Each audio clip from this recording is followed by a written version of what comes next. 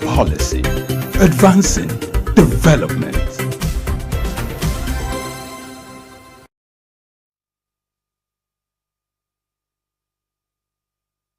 Change Iron Blessing AG. I'm excited this morning, super excited if you like. I don't share the joy alone. Lots of Nigerians share the joy owing to the outcome of the match played yesterday between the Super Eagles of Nigeria and the Bafana of South Africa. Well, just to confess, I wasn't optimistic about that game, but yes, they won, and victory belongs to everybody, as success has lots of friends. So that also opened my eyes to something. Now, talking about the Nigerian economy, there are some persons who have given up and to themselves said this economy will never pick up, where you have the dollar exchanging to the naira at the parallel market at about 1,500 naira. It's not a very good time for business people, particularly those who do import. But like I was pessimistic about the outcome of yesterday's game, some persons, like I said, are pessimistic about the Nigerian economy. But you know that things can turn around. How would it turn around is what we're looking at today on Early Exchange. Femi Ayodele, I know because he's a man, well, it doesn't have to do with gender, but naturally when it comes to sports and football, men take a natural liking to it, and I'm sure he was optimistic that the Super Eagles would deliver yesterday. Please don't tell me I'm wrong. Good morning, Femi. Good morning, Blessing. It's interesting to know that you have vast interest in sport, and the Super Eagles, they made us proud yesterday. In fact, my mind was like, oh, I was under pressure as well, just like every other Nigerian. You see, that pressure is what I don't like, being on the edge. No, it happens. That's the beauty of the game, because somehow you can't predict what will happen. It's a game that could go either way. I'd rather you tell me the scores and then I go back to watch the match. Interesting. But one good thing about sport is just one unifying factor. There's nothing about religion when it comes to sport. It unites everybody, and I'm quite happy that yes, we are proud for spending our time to watch that kind of match, and that's quite great. And like I confessed, because Souq Rogers was looking at me when I talked about the game. He wanted to point to me. You didn't expect them to win. So what are you talking about? You can't blame me from past experiences. Sometimes we expect the guys to do well, they don't do well. But I'll leave that analysis for Souq Rogers and Juvie to do that on Souq Sport later at noon. Uses the word condo. Okay. I'm sure that will come out of that. All right. Glad to know you are there with us. It's interesting to bring a kind of correlation between sport and the economy. There's always the business side of everything, and that's why we're starting today by looking at the state of the economy. We're going to have conversation making reference to the kind of interaction that happened between the CBN governor and the Senate Committee on Banking and Finance. Don't forget, this is your program. It means your voice can be heard. All you just have to do is to go on a social media platform, on our YouTube page, to share your view using the hashtag Early Exchange. Now let's set the ball rolling with news update, and that will take place shortly after this break. Stay with us.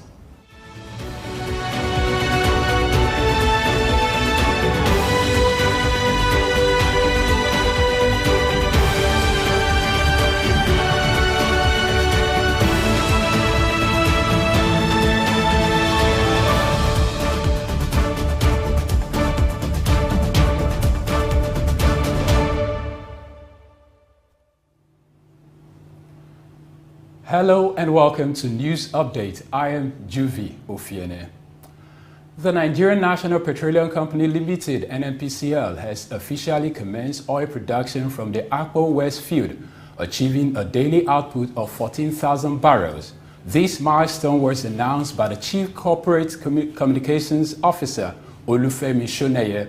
According to him, this will add 14,000 barrels per day of condensate to the nation's production, with plans to increase gas production to about 4 million cubic meters per day by 2028, utilizing the expiring Akpo floating production, storage and offloading facility via a subsea tie back on petroleum mining lease PMLO2. The project not only controls production costs, but also showcases a dedication to the sustainable energy practices, minimizing greenhouse gas emissions. This solidifies the company's role as a pivotal player in Nigeria's energy sector, contributing significantly to economic growth and energy sustainability. Nigeria Interbank Settlement System (PLC) (NIBSS) says electronic payments in the country soared to 600 trillion naira in 2023, hitting a record high with a 55% increase from 2022 as more Nigerians embrace cashless transactions. December marked the peak with 71.9 trillion naira spent on electronic channels during the festive period. The NIBSS recorded an all-time high of 1.1 billion e-payment transactions in March 2023 due to cash scarcity. Annual transaction processed by NIBSS rose from 5.1 billion in 2022 to 9.7 billion in 2023, a 90% increase. The monthly breakdown revealed a steady rise, reaching 71.9 trillion naira in December. The NIBSS Instant Payment (NIP) platform played a crucial role, offering instant interbank transactions since its launch in 2011. The growth is attributed to the revised cashless policy and increased adoption of mobile transfers and digital payments by Nigerians. Away from Nigeria, Benin Republic has reached a milestone with its inaugural dollar-dominated bond issuance, attracting a subscription of $5 billion despite aiming to raise only $750 million. This oversubscription on totaling $4.25 billion reflects a robust investors' confidence in the country's macroeconomic outlook. Finance Minister Ramod Wadagni noted that proceeds from the 14-year bonds issued at a rate of 8.38% will contribute to financing the nation's 2024 budget. This comes on the heels of Ivory Coast's successful $2.6 billion Eurobond auction, raising questions among experts as the yield rates of Benin's bond closely match those of the regional counterparts. Benin's impressive economic growth, projected at an average of 6.4% from 2024 to 2025, coupled with its stable macroeconomic indicators, has positioned it favorably in international financial markets. Finally, in what is regarded as the first collaboration between business and the EU on matters relating to artificial intelligence (AI), global technology firms have expressed their commitment to ethical AI development at the UNESCO Global Forum on the Ethics of AI in Slovenia. These firms, including Lenovo Group, LG AI Research, MasterCard, Microsoft, Salesforce, GSMA, NNIT, and the Telefonica, pledged to ensure human rights throughout AI's life cycle, conduct due diligence for safety compliance, and take prompt action against adverse effects. While speaking at the event, UNESCO's Director General, Andre Azoulay, urges tech stakeholders to follow suit, emphasizing the importance of public-private cooperation for AI advancements. Ethical AI involves fair, clear, accountable, and value-respecting AI systems, aligning with UNESCO's dedication to AI in education, adhering to inclusivity and fairness. International Energy Agency (IAE) has projected India to surpass China as the largest driver of global oil demand growth from 2023 to 2030, expected to increase by nearly 1.2 million barrels per day (BPD). India's demand will contribute over a third of the projected 3.2 million barrels per day global gains. The agency predicts India's oil demand to reach 6.6 million barrels per day by 2030, up from 5.5 million barrels per day in 2023. To meet this surge, India plans to add 1 million barrels per day of new refining capacity, driving crude imports to 5.8 million barrels per day by 2030. Diesel will lead demand growth, followed by industrial expansion, while electric vehicle adoption would temper gasoline demand growth. And that's all there is for now. Many thanks for watching. I am Juvi Ofiene. Early Exchange continues in a bit.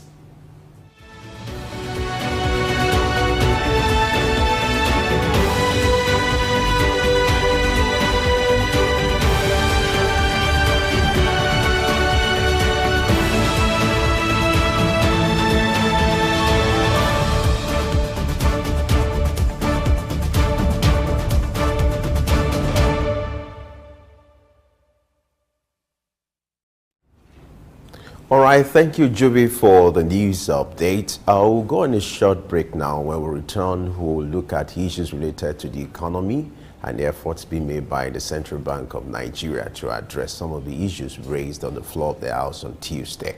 Stay with us. My name is Veronica Nkechi Eze. Charles Abana. My name is Professor Martins Emeje. Professor Sylvester Odion Akaine. Keep Watching Souq News TV. the best news channel online. It's elevating, it's enlightening, it's educating. Muhammad Ali found this route in Africa. Rumble in the jungle. I swear the king is humble. Jesse Jackson, O.J. Simpson, this is black history. Andrew Young visit Africa in the late 60s. Legend, Bob Marley make the light different. Martin Luther King and Malcolm X are big names. They fought for black Americans in the old days. We need the same revolution in our own ways. Michael Jackson, Janet Jackson, Mr. Jay-Z, Snoop Dogg, Dr. Dre and Eddie Murphy. American prosperity ain't complete with African poverty. It's legendary Idris Abdul Karim, and you are on to Souq News. You don't touch that dial. Good morning and welcome to Early Exchange with Blessing Aiche, Femi Ayodele, Sam Oruoje, and Ida Hosa Osamans. Still a deficit budget, we're still going to borrow as much as up to 7-9 trillion. We have a 24-hour rescue team always on standby. So the first thing that is done is for the... As Nigerians, we must realize that government does not thrive based on what one man is doing at the seat of power. If I had my way, I would say let's go back and bring back Nigerian Broadcasting Corporation. This is Early Exchange, shaping policy, advancing development.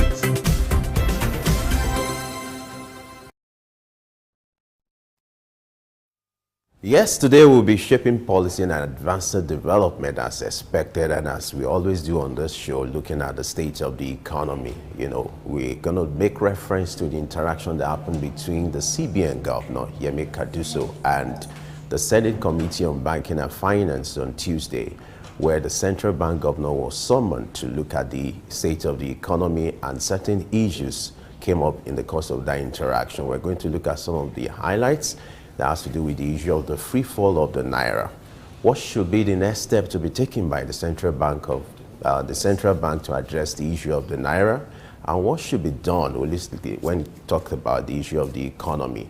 I know as Nigerians we're bothered about the exchange rate, and that's why you need to be part of this conversation. All you just have to do is go on our social media platform, on our YouTube page, to share your view on the state of the economy and looking at the state of the naira.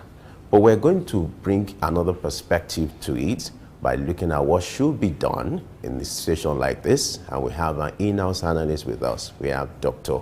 Idahosa Osamanzi, who joins us on set as usual. Good morning, glad to have you here. Femi, good morning. My pleasure to be here as always. Blessing, good morning. Congratulations for that deserving victory yesterday. Oh, it's interesting to know you follow sport as well. Oh, I do. Oh, great. How did you feel yesterday? I felt great. Oh. You felt like a Nigerian, right? Oh, yes. Oh, yes. You see that on my DM. It's all there. Okay. Celebrating myself and the great country. I believe in Nigeria. I know our potentials. People may not want to believe us, but we can spring surprises. Remember the miracle of the Dama? Yes. So it's not today. We always done that from time to time. So it's a joy that in the midst of all the challenges and difficulty, sport brought joy to the faces of millions and thousands of Nigerians. Yesterday, I can feel it in the air. Everybody low, high, hungry, full, everybody happy, celebrating the victory that is done. And I was saying to somebody last night, we are truly one. We are Nigeria, one Nigeria, and there is nothing separating us. Sports has always been the unifier. Yeah, and so we can actually leverage that to, if you had watched the Invictus, one movie that depicted on how Nelson Mandela managed the crisis in South Africa immediately after taking over, you see he leveraged on rugby to build a one South Africa. And I think that is what the managers of Nigeria economy and Nigerian polity we really need to learn from and see how to manage all the contradictions in Nigeria using one instrument that brings us together. You see people from the north putting on Stanley's status on their the pictures of Stanley on their status bar without necessarily realizing that this man is from the southeast. You hear people shouting on Osimhen without necessarily knowing it's from the south. Sanusi was there. You see, this is what makes us. And I think what really we need to know is that people are not aggrieved or fighting because they don't like the background of people. It's just that people are not delivering value. Like Blessing said earlier, victory or success has so many friends and family, except failure. It's interesting to know that we have to start this way, but I Failure understand. No more than the father. All right, if Nigeria is recording success in sports, let's look at the economy. What will happen? And we are hopeful too as well that with what the CBN governor is doing, we'll get a better result. But let's look at the issue. You know, the House Committee on Banking and Finance had to summon the CBN governor on Tuesday, looking at the state of the economy. Of course, they should be bothered. They were bothered, and they had to summon the CBN governor to defend the statistics that you have, looking at the state of the inflation and also looking at the free fall of the naira. Now, before we look at the highlights of that conversation, because you also had the Minister of Finance who also took turn to talk about the economy, and then the Minister of the Budget. But it really is, it's not a committee. It was actually the entire House. Yeah, but House of Rep. But it started from the Senate Committee on Banking and Finance. It was actually the House of Rep. Who did the summon, and then who had a plenary to interact with the managers of the economy and see how synergy can be built to deliver the renewed hope agenda. So this was heard in the plenary of the House of Rep.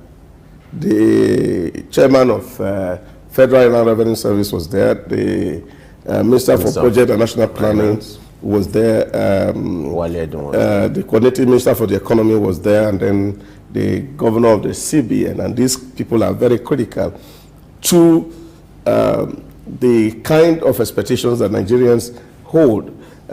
You look at it from the fiscal point and then from the monetary aspect.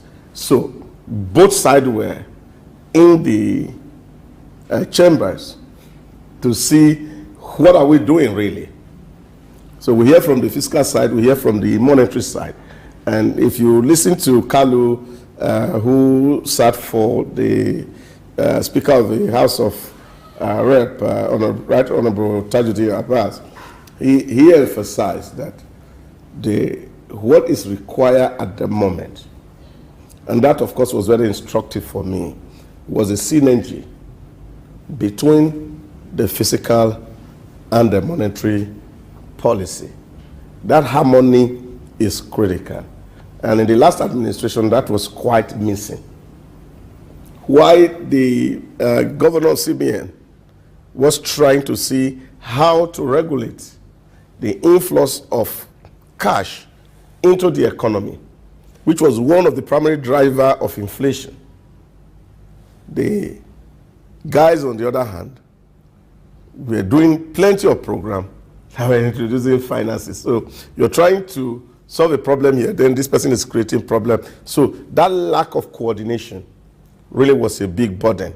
And I also was happy that the National Assembly also made a pledge that where there are lacunas in the area of legislation, whether there are new legislation to be written or some to be repealed, so that they both can work together.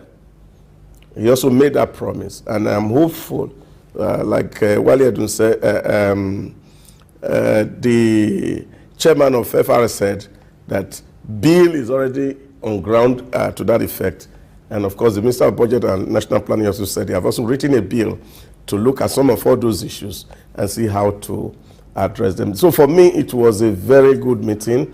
The members of National Assembly, especially the lower house, carrying the emotions and the sentiment of the people, especially in the wake of the protest in Kano and in Niger State, and yesterday in very close to Abuja, in Suleja, extending from Niger, closing in on Abuja. But I think by and large for me, it was very timely that Nigerians need to hear where we are going toward and how the bumpy the ride likely might be.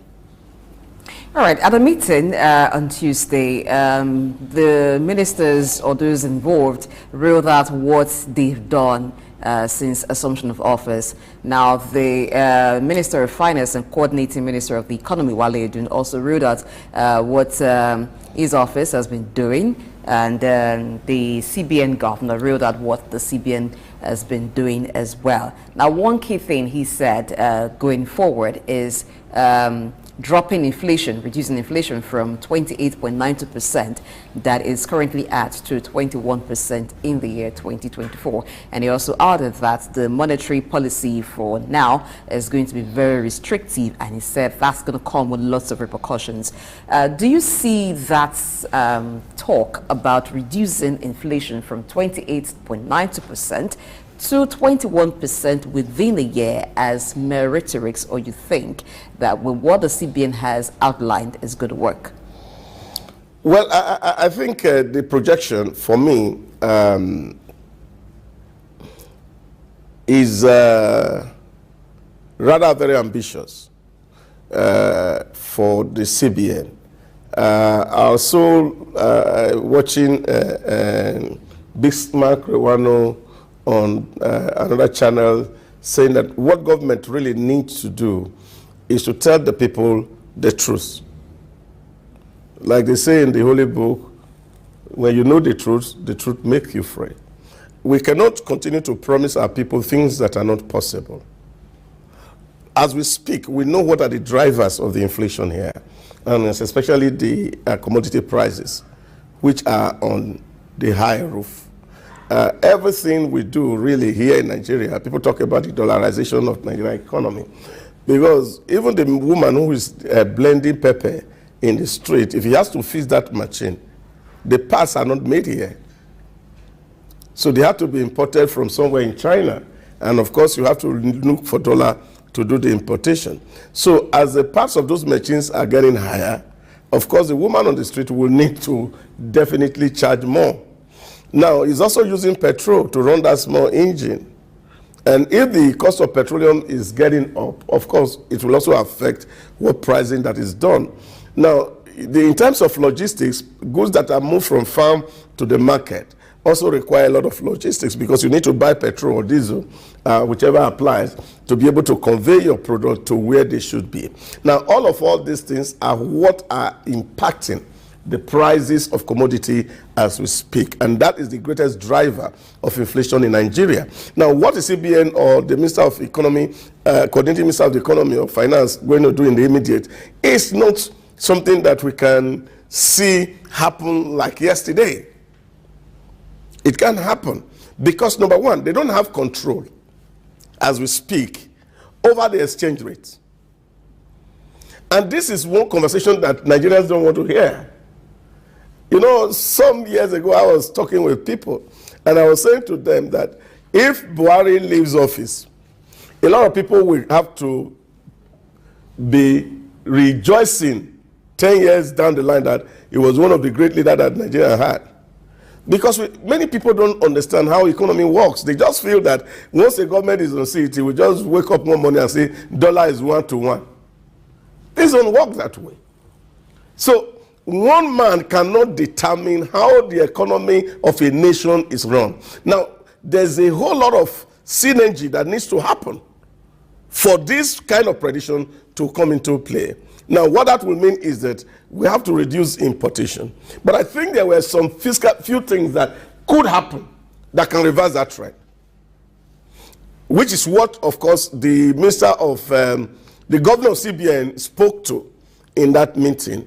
It is the volume that Nigerians are spending on training their children abroad or going on medical expedition abroad. Whooping 40 billion in the last how many years? And that's massive. And they put the statistics. Nigerians who are in studying in UK, Canada, and France put at about 100 and something thousand Nigerians who are relying on our economy to school abroad. That's a problem, and that put pressure on the FS. We will need to take a drastic measure to say, look, if you have a child outside, don't even come across to be looking for forest. Now, do I have to go to the parallel market to get? And so it's what they get in the parallel market they are going to buy. So it will be very difficult for the CBN to actually will determine to say, okay, we are not giving you dollar. But they can't do that. It can only come from within banks, and banks don't have dollars. So it's the bureau that are looking for dollar. They can go to Niger to buy dollar and come to sell it at whatever cost they want to do. So as long as Nigerians will not have confidence in the things around us here, it will be difficult to bring inflation down. So CBN can't do it alone, Finance Ministry can't do it alone, but we need the whole of Nigerians. You know, I was following Reno Mokri on his X page yesterday, and he said, look, the more of MTN you do, the more you help South Africa than you help Nigeria. So I think at this point, Nigerians need to deliberately be nationalistic and patriotic about things around them. Let's patronize things that are done locally. Let's scale up some of the things we're doing in terms of food production so that we're not putting pressure on the Naira. So once Naira can be stable for a period of maybe 6 months or 3 months, then of course you can think about a reversal in terms of the trend of inflation. If we be objective, if NBS will be objective in terms of data analysis, I'm going to see that maybe by next month, the inflation rate will have been around 30%, which is what we have done. Let me point your attention to a statement credited to the Minister of Finance, which has been generating controversy.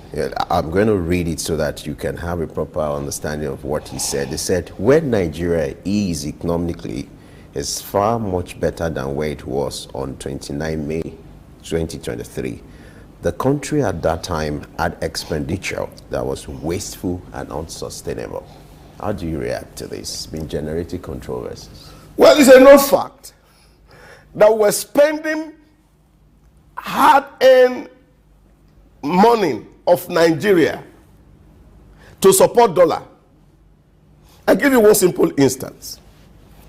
Between 2018 and 2023, the CBN was paying 500 naira to every dollar that came into Nigeria. Indirectly subsidizing the dollar. Oh yes. So if your relative send you $1,500 from abroad, the CBN will pay you 1,500 naira for having dollar come into this economy. Are you referring to the naira for dollar policy? No. It was not naira for dollar. It was just incentive alone to see if those in the diaspora will bring in money to the economy. And this was different from the fact that CBN were mopping up and even mortgaging the future of the country to ensure that dollar was selling at that rate, which was not the actual market rate. Nigerians must come to terms with all this reality, because you have a government at that time who was pro-people, and in their thinking, if you allow dollar to sell at its actual price, Nigeria will not be able to stand it. So we were deceiving ourselves, and we were taking money, we were printing money to ensure that we ameliorate the situation that we're on ground, which was what our government was trying to do. And then, of course, we were afraid to increase the price of petrol, which was also not realistic. And government was spending trillions and trillions of naira to ensure that Nigerians get petrol. And all these things were what we were carrying. And I can tell you, if this government has moved on that trajectory for just 1 month, Nigeria would have collapsed. Are you sure of that? Because it's also a known fact that before May 29, 2023, the dollar was exchanging at around 400 naira. Yes. And then with the floating of the naira at the parallel market, it's about 1,500 naira. Which do you think would have been a collapsing situation? That is what I'm saying. What you see, what you should... With what was happening then and what is happening now. No, this is what you need to understand in economic terms. Naira was selling at 430 at the official window, Abi. The government was selling naira to people at 430. Now, what you just need to understand is that the difference between the 1.5 we are selling today and the 430 was borne by the government. I understand that. Now, where would that money come from? That money was not coming from anywhere, because Nigeria don't have revenue. The only source of revenue you had was from oil. So what the government had to do was that, number one, they have to sell the oil, the crude, upfront. They sell the crude upfront to receive money. Now, you imagine that if government has sustained this one, number one, they don't have crude to sell. What would they have given to the petroleum company to be able to give you petrol? The government would have crumbled. This is the reality. Nigeria must come to terms with this, that when you see issues and you are not facing reality and you are trying to look good in the face of citizens, you get yourself into trouble. That is why we are where we are today. So what the current regime is trying to do is to see, let's put the cards on the table, so that even if government is going to intervene, we are going to have issues. The other time we were talking about crude. Why would Dangote go and bring crude from America? Because the crude that is produced today has already been sold by the past regime. All right, talking about intervening, because the minister, the finance minister, Wale, also talked about the government's palliative plans and the effort of the government to cushion the effect of the removal of subsidy. Now, I agree that the government is making more money now than it used to make before the removal of subsidy. But let's look at the palliative measures, the businesses that to receive all of that cushion months down the line, from what we see and the groanings of businesses. In your assessment, do you think that cushion is enough for the economy? Well, I am not a fan of palliative, so to speak, and I've never seen anywhere in the world, globally, speaking in economic terms, where palliative has helped anybody, even by law of nature. My father didn't go to school, so he didn't know economics. But he understands that if a man is not hardworking, that man cannot survive. If he has to depend on handouts from other people. So the prospect of survival is small. So that's a point. So when you keep talking about palliative, I also heard in the National Assembly and one of the honorable standing up to say, oh, our people are expecting 25,000 and they have not received it. Now, let's even assume they are going to pay them the 25,000 for how long? Is it for 1 month? For 2 months? How would that solve the problem of the people? And I think this is where we need to have the real serious conversation.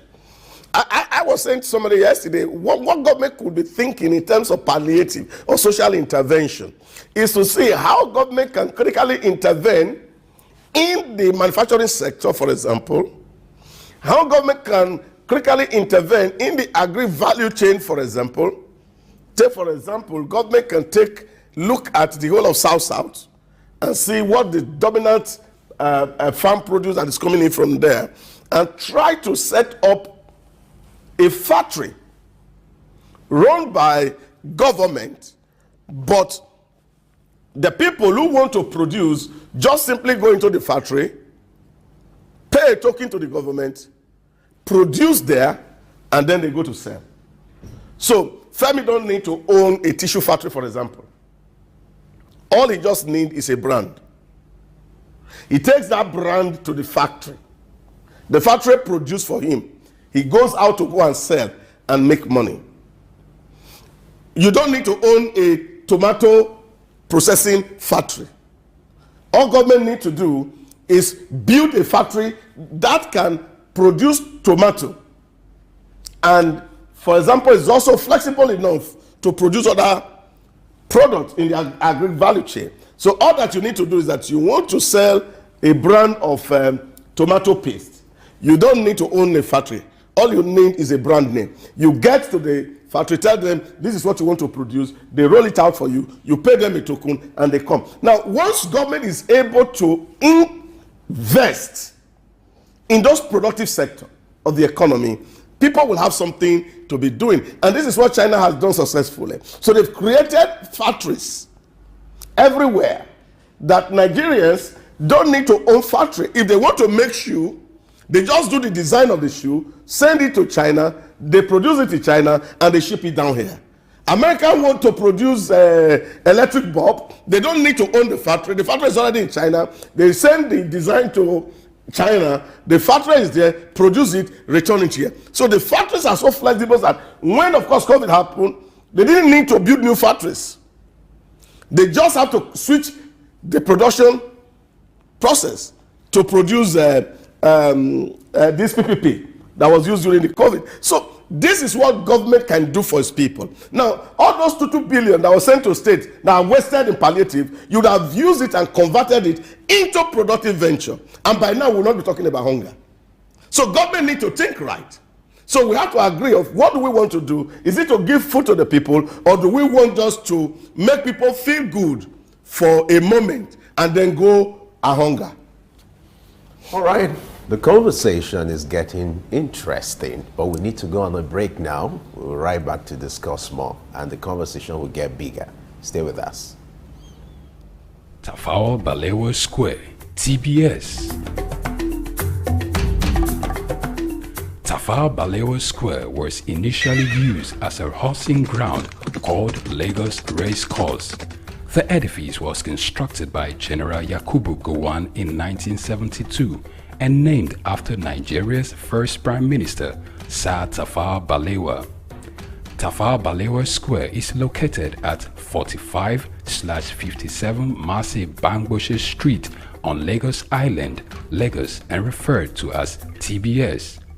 TBS is a 50,000-seater capacity venue and houses the Remembrance Arcade, the 26-story Independence House, which at a time was the country's tallest building. When Lagos served as the country's seat of government, the National Assembly Complex was within the TBS. Also in the square are the National Broadcasting Commission Office, the Nigerian Hydrological Services Agency Office, shopping centers, travel agencies, restaurants, car parking lots, and a bus terminal. Tafawa Balewa Square is adorned with beautiful statues of white horses and red eagles, symbols of strength and dignity. Our historic neighbors include the King's College and the Holy Cross Cathedral. Tafawa Balewa Square hosted some of the country's memorable events, such as the Independence Day in 1960, when Nigeria gained independence from Britain, the Armed Forces Remembrance Day, which is celebrated annually on January 15. The edifice is a national cultural asset. Tafawa Balewa Square, Souq Enlightenment.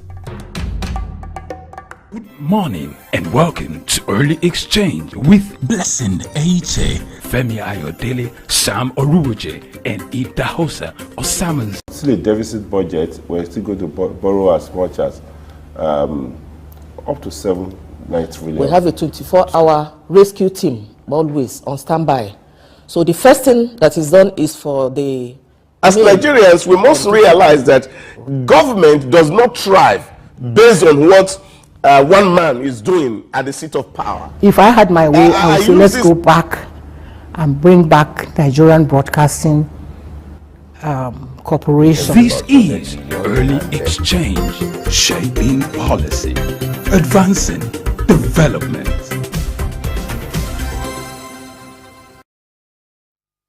All right, if you're just joining us, you have no cause to worry. We're still shaping policy and advancing development with our conversation on the state of the economy, making reference to efforts being made by the CBN to address some of the critical issues raised in the floor of the House on Tuesday. We still have our wise man here with us. Dr. Idahosa is still here with us. All right. Let's make reference to some of the highlights raised by the Minister of Finance, Wale Edun. He also talked about the fact that they've been able to reduce the consumption of petrol to about 20 million liters.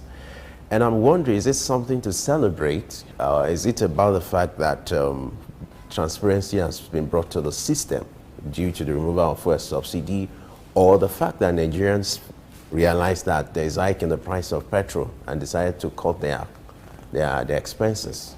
Well, I think it's neither here nor there. For me, really, I don't think people should be celebrating efforts.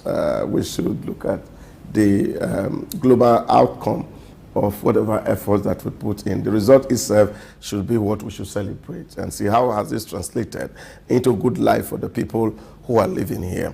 But you see, what really has happened is the fact that with the removal of petrol subsidy, the price of petrol was almost becoming at par with neighboring countries. And so the incentive to come here to take petrol was reduced. Because most of those petrols that we say we're consuming were really not being consumed by Nigerians. Because you have a very cheap market that your government was subsidizing. So foreigners were coming in here and to make a big kill of your generosity, so to speak.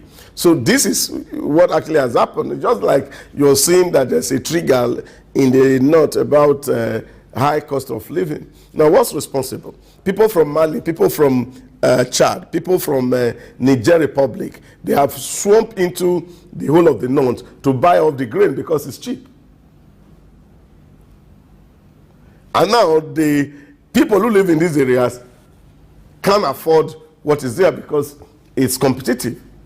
You're having people who are in your neighbor who are suffering higher hunger than you, and what you think was expensive for them was an opportunity. So they took advantage of it and buy it off. Now you don't have food, so you have a problem. So this is what we as Nigerians must realize, that as much as we feel government should be there for us as a people, there's a limit to the burden that government can carry.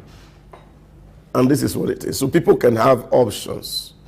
What I had hoped to see today from the side of government is that we are now having many more mass transit programs, interstate buses that are commuting people from one location to the other. Now, if you come to Lagos, for example, BRT is not competitive anymore, because what the commercial buses are taking is what BRT is taking, so same price. It's not competitive. Now, for the economy of scale, we expect that they should charge less, and that will take a whole lot of burden from the people. Before now, BRT used to have air-conditioned buses. That somebody like Femi, who is on tie and coming to work in the morning like this, should sit down comfortably in an air-conditioned vehicle that's commuting in from where he's coming from to the place of work, he can feel comfortable sitting down in there. Today, BRT has not it. He has turned into Molwe. 39 sitting, 99 standing. So this is the situation, and this is the reality. So what government should have been celebrating at this point is actually looking at a situation where you have made provision for alternative.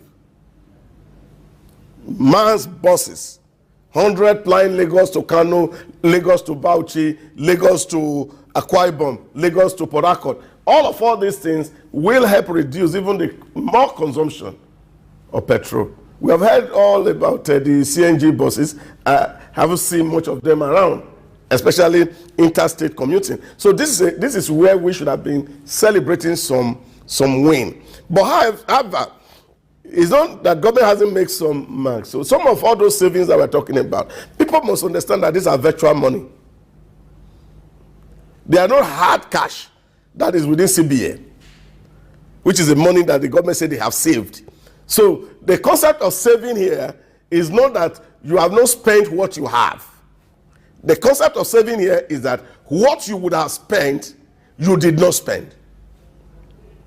So Nigeria must be able to differentiate these two kinds of savings. That when government says we have saved money, it's not meaning that government has used some of money kept somewhere that has not been used, and they are saving it for a purpose. But what government is simply saying is that what we used to spend to buy petrol, to subsidize electricity, to do forest, we are no longer spending it. In which case, we are not printing money, and we are not taking too much of debt or borrowings to run our projects. Okay, the CBN governor was making reference to reports from international rating agencies. Now, is it healthy to look at or to depend on international rating agencies like Moody's and the others to determine the health of the economy?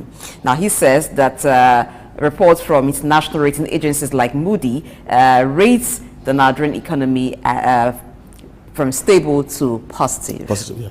Yeah. Oh, yes. You see, this is what you're looking at. You are looking to China, looking to India, looking to America for foreign direct investment or portfolio investment, whichever one.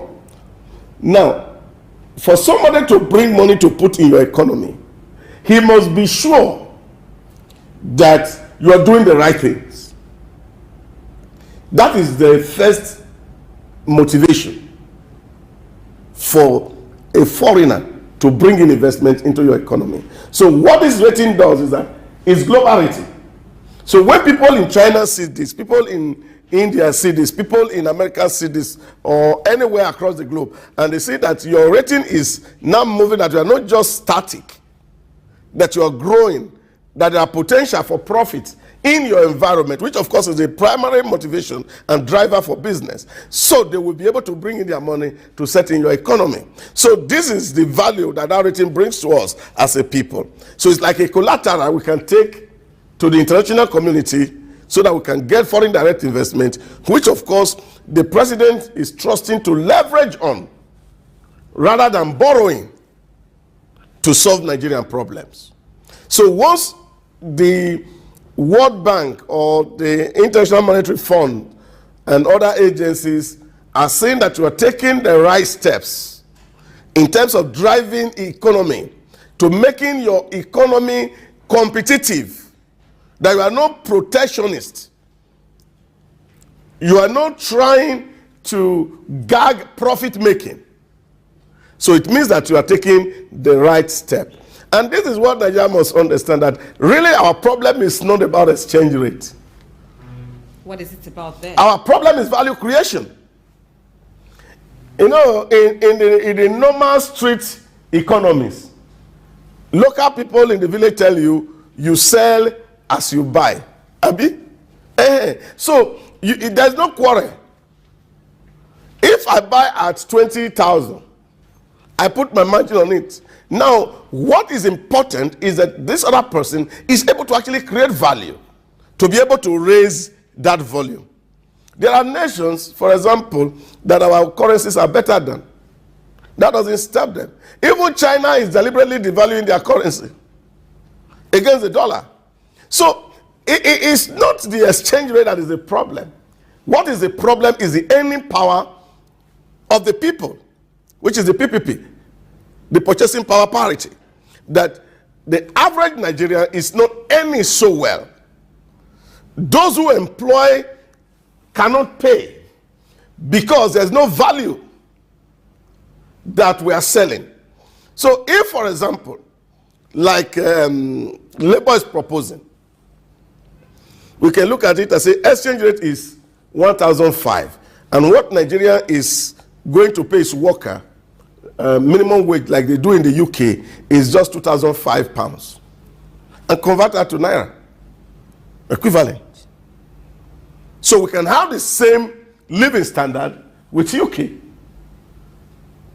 That's what people are talking about. So, but if you convert £2,005 at 1,800 or 1,900, you know what that is in Naira term. So you are having volume of Naira. I remember when I traveled to Ghana in 2006, I wanted to buy a SIM card. I bought it at 5 million cedis. 5 million cedis. And I said, oh wow, I didn't know I was a millionaire. So, but you see, this is what it is. But you see, these are all there in the market. People have it. So this is really the issue. It's not about what we are changing with Naira, because we're actually not spending Naira here. It's the fact that people are empowered enough with disposable income to be able to purchase. So as they are selling, then they are doing, the business is happening, they are earning, and then they can buy. This is what the focus should really be. How do we drive value within the system? And that's what we solve our problem, not what exchange rate is talking about. Are they not connected? Well, yeah, the level of connection is minimal, because those who will be looking for dollar will be those who want to live luxury, as we say. So if you say the universities in Nigeria are not good for your children, you want to send them abroad, then of course you go and look for your dollar. If you say you cannot use St. Nicholas or other hospitals that are here, then you want to go to India, then you go and look for dollar. But looking at the health sector, for those who go for medical tourism, if you want to have access to a doctor, maybe as often as you would need using the private hospitals, they're also very expensive. You see, Nigerians must tell themselves simple truths. I was in Paris the other day, and one of our colleagues, we went together, wanted to assess medication. They gave him appointment for 2 months. I hope every Nigerian understand. The reason why we don't patronize our general hospital is say that the queue is too much. We can't wait. But we can wait for appointment of 2 years in London. They don't tell you to come today. So you start to process today. They give you appointment long way enough. What about the issue of facilities and the equipment at the disposal of the doctors? It's also a factor. Yeah, but this is the point I'm making. And I will keep making this very important point. We have some hospitals that are fully equipped, even within Lagos here, with the right doctors. Quality, the same you can find anywhere in the world.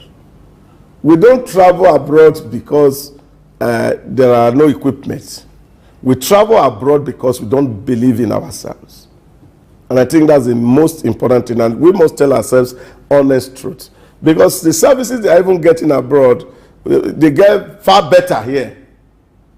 You see, because when you put value into it, I see life much more expensive outside than here. If you go to a hospital and they're charging you $1,000, for example, abroad, you don't see it as so much, have you? But if you come here and they charge you 1 million naira, you think that people are exploiting you. But in value terms, if you look at current exchange rate today, you still see you are cheaper if somebody is charging 1 million here.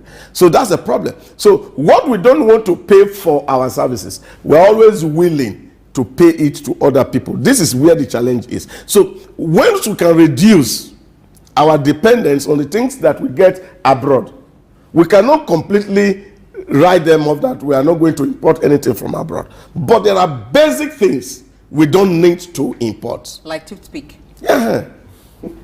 All right. These are the issues. Let's we made reference to the issue of fixing the exchange rate, and let's make reference to the court ruling. The legal icon Femi Falana went to court, to compel the court to rule that the CBN and the federal government should fix the exchange rate and prices of goods and services, which the court has also ruled that the federal government or the CBN should do that in the next 7 days. How do you see this playing out? And then looking at the act that establishes the CBN, of course, we can't go into the details of the ruling, but do you see compliance on the part of the federal government or the CBN, and will that be a straight way to fix the problem, looking at the prices of goods and services? You see, Nigerians like to speak from both sides of the mouth. And this is what pains me. Even an elite like Femi Falana should understand the basis on how economy works. It's simple. You are complaining on one bread that government is borrowing. You are complaining on one bread that there's leakages in revenue which government cannot collect, and therefore government has no more money. Now you are going to compel government to go and borrow money to subsidize the luxury of some few people. That's ambivalent. The problem in Nigeria is the elite. They are our problem. Once they have interest and they are pushing their interests and they are driving government, pushing here and there, we cannot really sit down to articulate and think about our problem. That's for me. It's an abuse, with very sense of respect to Femi Falana. It's an abuse of court process. And we have been doing this. And this is why even investors can come to Nigeria. Because we abuse, we shop for injunctions and all manners of whatnot in the night, in the dead of the night, from court system that is so corrupt. This is a problem. So when you are saying government should peg at what? Do Nigerian government print dollars? Do I go to determine what cost input goes into production of anything? Somebody said yesterday that to cultivate 1 hectare of land to produce rice in Nigeria is about 950,000 naira. Who is going to pay the difference? Is it Falana? These are the issues that we have to engage ourselves. So we don't just go and make ourselves popular unnecessarily to say, oh, you're advocate of the masses. But you have to be also realistic and tell government, how does this money come so that we can solve this problem?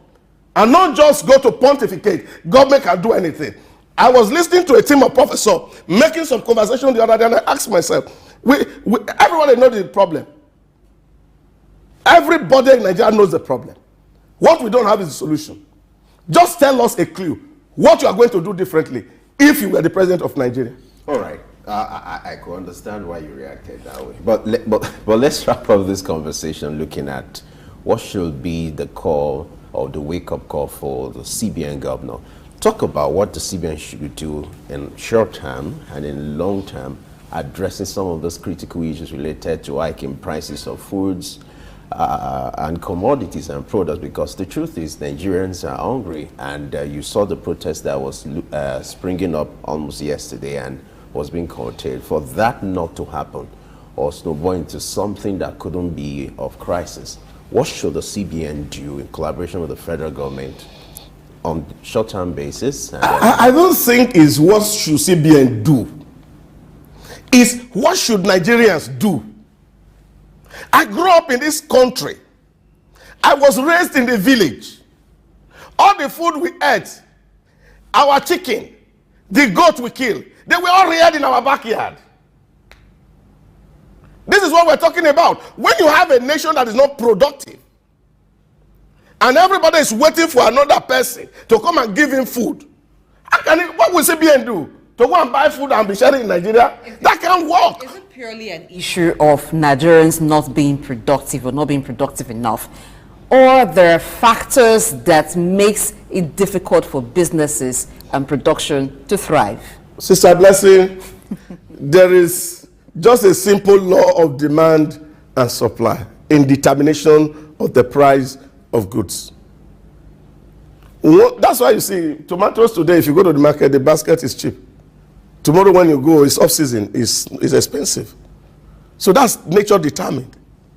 So if you have very few tomatoes, everybody is struggling to buy. So the person who is selling increases the price. So if you have to solve that problem, how do you deal with it? You increase your production.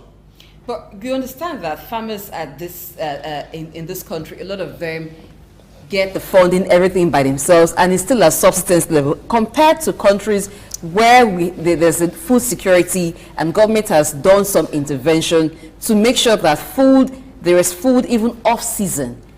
If they do a thorough audit of the Anchor Borrowers Program from 2015 to 2023, so many Nigerians will be in prison. Now, this is a point I'm making. People took this money from CBN.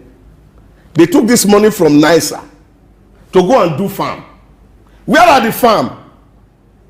I know certain people who went to Benin to go and do farm. We can't see the farm. So who's to be held responsible? This is the issue. Money to people, are you not supposed to now this is the problem. This is the collusion and the collaboration of the elite to degrade the Nigerian people. You, as you are sitting down here, you can't get Anchor Borrower Fund from NISA, except you are among the ruling class. Whether in the politics or in the business, all the business people took the money and diverted it to something else, all in the name that they were going to the farm. They are the one who has control over the court processes. They are the one who can purchase sand, who can purchase judges. The poor people don't have access. This is a problem. A program that is meant to benefit the poor man who is on the street, they who are the elite stand in the front and take it on behalf of their people. This is the thing we are fighting in Nigeria, and this is the truth that needs to be said. So when you are hearing people talking from both sides of the mouth, they are all beneficiary of this evil system. The conversation is getting more interesting, and we are being tempted to extend it, but we have to resist that temptation.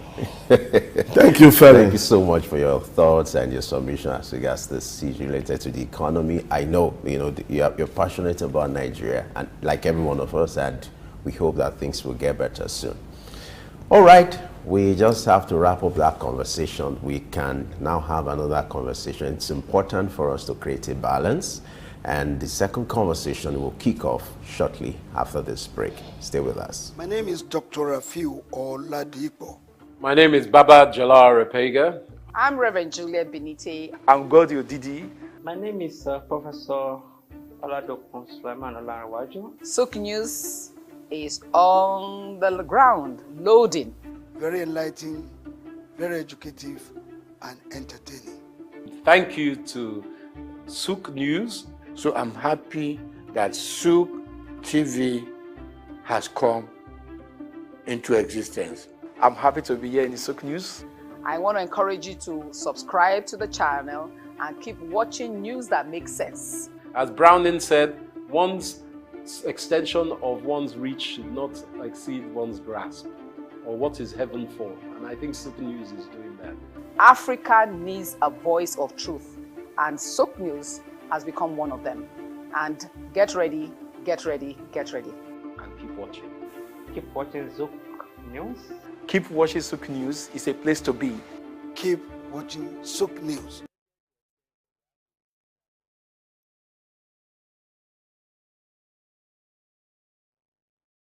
Lateef Jakande.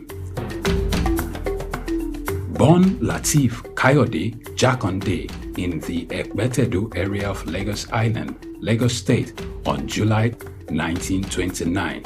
He studied at the Lagos Public School at Enowa, Lagos Island, then at Bonham Memorial Methodist School, Port Harcourt, King's College, enrolled at Ilesha Grammar School, where he edited a literary paper called The Quarterly Mirror. Jakande began a career in journalism in 1949 with the Daily Service and joined the Nigerian Tribune in 1953. The owner, Chief Obafemi Awolowo, appointed Jakande editor-in-chief of the Tribune in 1956. Jakande established John West Publications in 1975 after leaving Tribune and began to publish the Lagos News.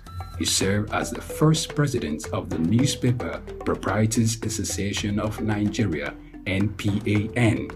Jakande ran for election as executive governor of Lagos State in 1979 on the Unity Party of Nigeria platform.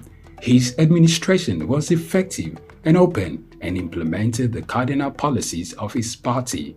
He introduced housing and educational programs targeting the poor, building new neighborhood primary and secondary schools, and providing free primary and secondary education. He gave poor people's children education, and many of them are now very prominent in the society today. Jakande established the Lagos State University and constructed over 30,000 housing units. After the military takeover in 1983, Jakande was charged, prosecuted, and convicted of treason and later pardoned. He served as Minister of Works under the Sani Abacha military regime. He died in Lagos on February 11, 2021. Lateef Jakande was the first civilian governor of Lagos State. Lateef Kayode Jakande, Souq Enlightenment. My name is Dr. Rafiu Oladipo. My name is Baba Jalal Repega. I'm Reverend Juliet Benite. I'm Godi Odidi. My name is Professor Oladokun Sulaiman Olarawaju. Souq News is on the ground, loading. Very enlightening, very educative, and entertaining. Thank you to Souq News. So I'm happy that Souq TV has come into existence. I'm happy to be here in the Souq News. I want to encourage you to subscribe to the channel and keep watching news that makes sense. As Browning said, one's extension of one's reach should not exceed one's grasp, or what is heaven for. And I think Souq News is doing that.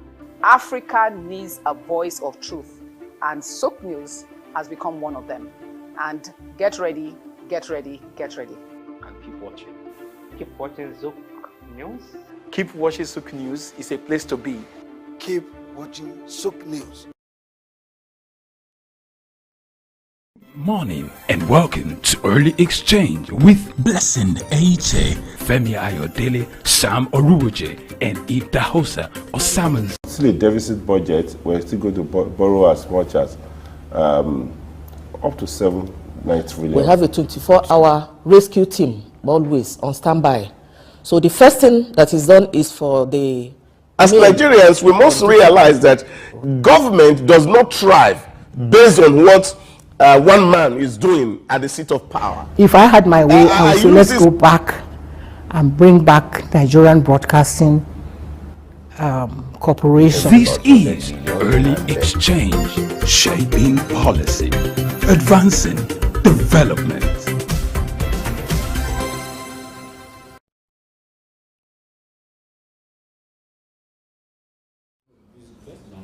All right, you're still on to Early Exchange. We're still looking at issues related to the economy. And now we want to look at the plan by the Federal Inland Revenue to look at the issue of regulating online contents and also taxing creators, online creators and content creators, talking about social media influencers. How is this going to turn out? Will this not amount to double taxation? What will be the framework for this kind of taxation?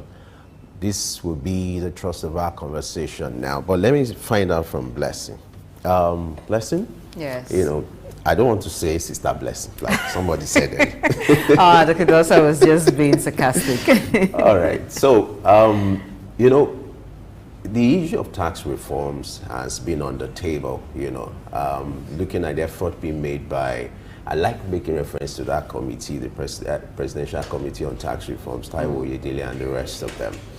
There are a lot of initiatives coming on board, and they made several recommendations on how to create tax reforms in Nigeria. But one of the things that the agency involved is looking at to tax online content creators, the social media influencers, you know, and there are concerns how this is going to turn out, because these are people in one way or the other, they are paying taxes already, and now to come up with regulating online content or creating a framework of taxing some of the content being created, how this is going to turn out has been of concern to some people. But the question is, if the framework, if the policy is coming up with the right framework, you know, coming up with the right, there's transparency and people can understand the need for it. Just like the way it's being done abroad, of course. You don't have that kind of system here.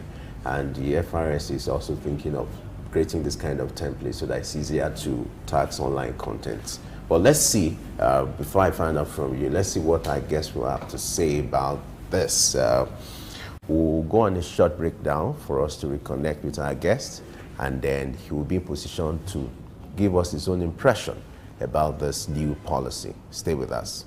My name is Dr. Ajili Tobi. My name is Etemere Glover. Naomi, well done, and shout out to Souq News. Shout out to Souq News. I want to encourage everyone to keep watching Souq News. Shout out to Souq News, and yes, tune into them. Keep watching Souq News. They are one in town. Hey, we're watching Souq News. Keep watching Souq News. Keep watching Souq News. Catch them on YouTube and all social media channels. Hey, my name is Frank Edowo, and I'm imploring you. No, forget that. I am forcing you, coercing you to always stay tuned to Souq News for your news requirements. Good morning and welcome to Early Exchange with Blessing Aiche, Femi Ayodele, Sam Oruoje, and Idahosa Osamans. Still a deficit budget, we're still going to borrow as much as up to 7-9 trillion. We have a 24-hour rescue team always on standby. So the first thing that is done is for the... As Nigerians, we must realize that government does not thrive based on what one man is doing at the seat of power. If I had my way, I would say let's go back and bring back Nigerian Broadcasting Corporation. This is Early Exchange, shaping policy, advancing development.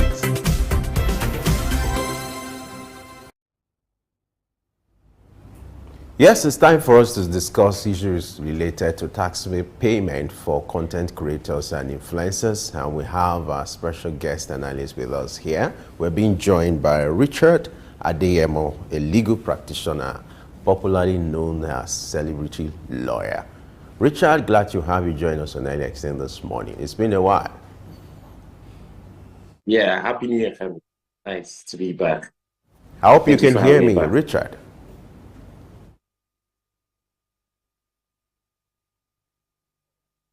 Now, let me have your first-hand reaction to this effort being made to tax content creators and influencers as a lawyer to some of them. How will you react to this? Well, it's not unheard of that individuals should pay taxes to their government. So, it's perfectly normal. So, I'm not exactly surprised. It's a welcome idea that people should pay taxes to their government. Taxes have been paid worldwide by individuals, earning individuals, companies, corporate bodies to their governments. It's a necessity. It's pretty much quid pro quo between the citizens and the government. The government provides certain amenities, and the individuals fund the government for these amenities. So tax is always, taxing is not a new concept worldwide. However, this innovation of now focusing and clamping down on influencers, well, it's interesting. It's interesting. It's interesting. As honestly, it's quite an interesting thing, because it's now going to be based on trust. Do we trust the government? That's the real question. Do we trust the government, and what has government provided so far for these influencers to be able to carry out their businesses, for the government to now say, we'll now tax you on these things? So it's a very, very interesting thing, and we're all waiting to see how it goes. Thank you very much. All right, currently there is no specific tax framework for online creators, online content creators, YouTubers, influencers, and the likes. Doesn't this create some form of ambiguity as to how it's going to happen, and how will they be taxed individually, and the tendency for them to comply even? Hi, bless you. Happy New Year, person. So it doesn't create an ambiguity because we can't make it look like online content creators are not earning individuals. They don't need a special category for them to be taxed. It's basically personal income tax. You know, they are receiving an income, and that income usually or should be taxed. So again, it's not like there's no ambiguity being created in this angle. It's just, again, the reason any government in any society, any sane society, or the reason any citizen or any citizen of any society pay tax at all is because they receive benefits from the government. Now, in exchange for this, they pay for these benefits. Like I said in the initial, it's quid pro quo, something for something. Good roads, then 10% of my salary. Because when I step outside and I want to go to that job that I will do the work to get the salary, I drive on tarred road. I am able to iron my shirt on electricity provided by the government, steady electricity. I am able to eat subsidized meals provided by the government. I am protected at night when I make one phone call to the police because I'm a tax-paying citizen and my taxes pay the police salary. So when I say, oh, there's a disturbance in my area in the night, not necessarily theft, my neighbor is playing music too loud and I need to go to sleep so I can wake up to go to that job that affords me to pay that tax that you want. The police are around. I'm okay. My name is Raymond Bola Brown. Hi, my name is Fred Amata, and you are on to Souq News. If you are watching this channel for the first time, make sure you continue to watch it because this is Souq News. Shout out to Souq News. Actually, I don't know. I really enjoyed the little moment I spent with you, and I think with more of this. Souq News. Here's the Souq News who had the courage to transcend a locked off camera and actually have a conversation with a human being. It's a pleasure, Souq News. Thank you very much.